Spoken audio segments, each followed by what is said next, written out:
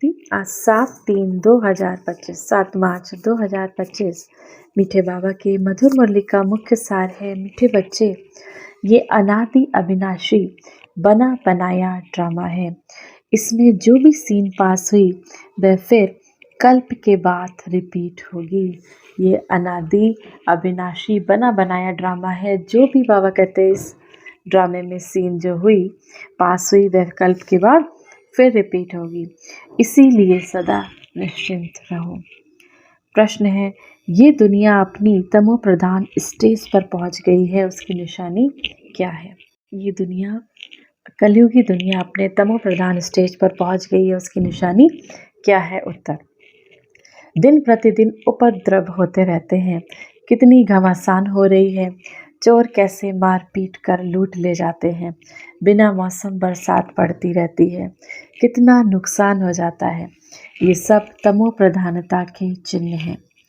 तमो प्रधान प्रकृति दुख देती रहती है। तुम बच्चे ड्रामा के राज को जानते हो, इसीलिए कहते हो नथिंग न्यू। धारणा के लिए मुख्य सार है, पहला नंबर, सदा ध्यान रहे हम ईश्वर के बच्चे हैं।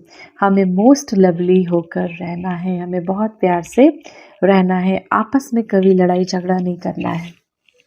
पहले अपने को सुधारना है, फिर दूसरों को सुधारने की शिक्षा देनी है। बाबा कहते स्व परिवर्तन से विश्व परिवर्तन।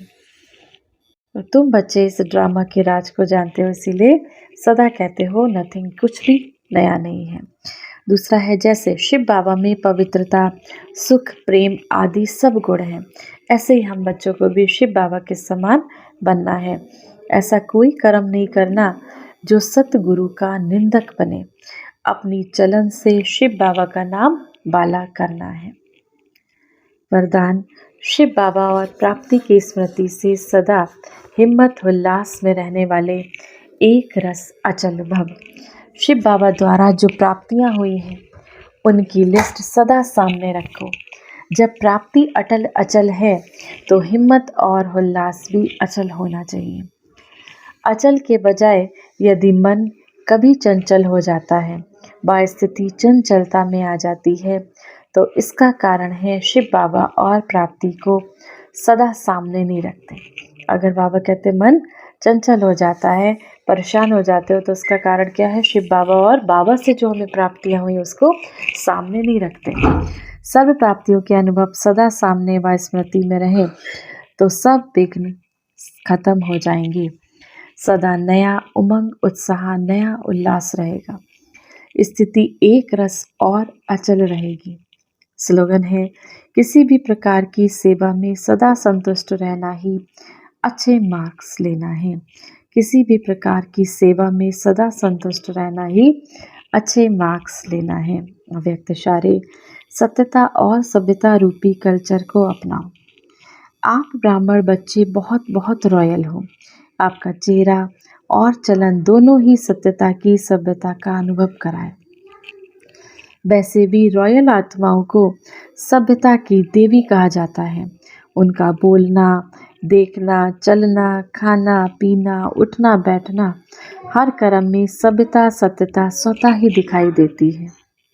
ऐसे नहीं कि मैं तो सत्य को सिद्ध कर रहा हूँ और सभ्यता हो ही नहीं, तो ये राइट नहीं है। आपका चेहरा और चलन सत्यता और सभ्यता दोनों को ही दर्श कराए, का ही अनुभव कराए। आज की मुरली से सम्मान का अभ्यास करेंगे। मैं मास्टर पवित्रता की सागर हूँ या फिर मैं परम पवित्र आत्मा हूँ। 1 मिनट के लिए पवित्रता के सागर शिव बाबा की याद में अपने मन बुद्धि को स्थिर करेंगे। ओम शांति। मैं आत्मा, परम पिता परमात्मा शिव बाबा की संतान, इस संसार को पावन बनाने वाली पवित्र आत्मा हूँ।